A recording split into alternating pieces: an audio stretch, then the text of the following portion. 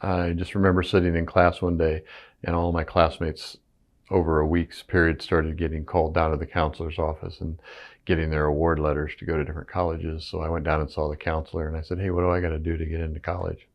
And they were like, "Well, you have to start applying like last year." And I just never did that. So the military, I wanted to be a photographer and I didn't really want to go to school full time to be a photographer. So I started looking around and landed on the Navy. I went to boot camp in Orlando and then the photography schools in Pensacola, Florida. So that was the first highlight. Was my first plane trip in my life was to boot camp, and I spent most of the winter in Florida, which was nice. And then I was stationed on the USS Enterprise, which was an aircraft carrier. It's been decommissioned, but I spent 4.5 years on the aircraft carrier. And it took me all the way around the world. I literally crossed every line of longitude 3 times during my 4.5 years that I stayed there. Been on every continent except Antarctica. And we saw some conflict too.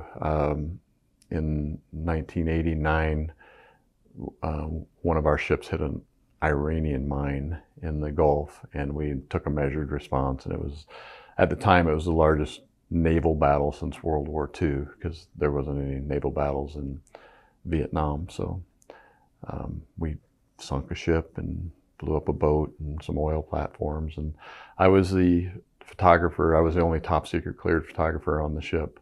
So I was responsible for all the bomb damage assessment and whatnot. And then after the ship, I spent another 1.5 years at the Atlantic Intelligence Command in Norfolk, which was a big brick building with no windows in it. It was joint services, and you had to have a top secret clearance just to get inside of the main part of the building. And that was during the first Gulf War.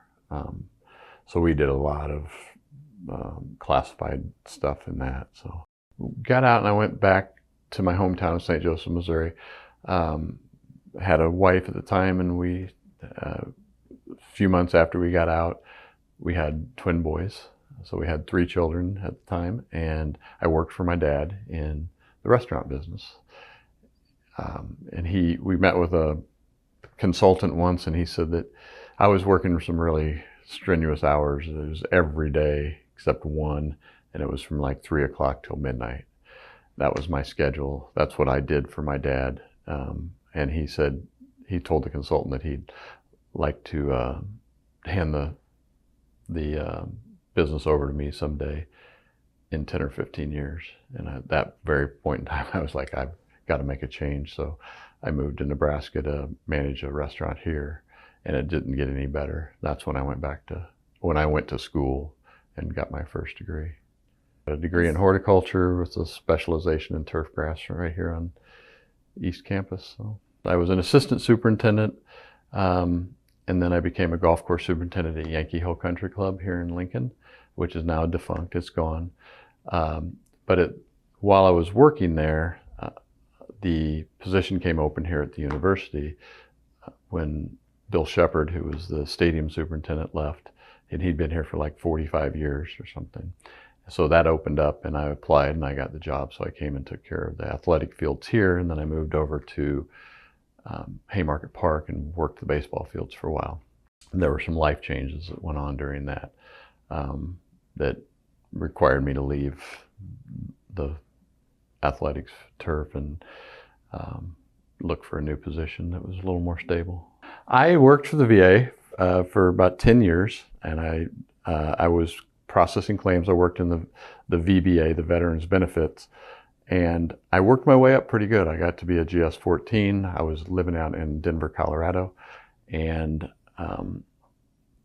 everything was going well, and I was at a position where I didn't need to work anymore, so I retired and moved back to Lincoln and married my now wife, and she has 2 younger boys. And so for the last couple of years, I've just been kind of doing my own thing, and I had some health issues that popped up, and I wanted to learn more about them, so I wanted to come back. So I came and took some classes and in nutrition to learn how to eat properly, and it was like opening a whole new world. And the dietetics, one thing led to another, and I was like, man, I should try to make this into a new career and see what I can do. And I applied for the dietetics program, and I don't know how, but they accepted me, and that's how I ended up in dietetics.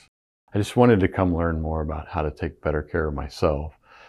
And then my wife's also very much into fitness and nutrition, and she's getting a master's degree from Creighton in integrative health and wellness coaching, and we want to work together. We're going to build a company together, and I'm going to take care of the nutritionist. She's going to take care of the lifestyle, and try to help more people live fit and live longer lives. Just meeting people like Professor Young and meeting Dr. Rasmussen, they just have a passion for it, and I'd get excited when I'd come to class because I knew I was going to learn something new. And there's so much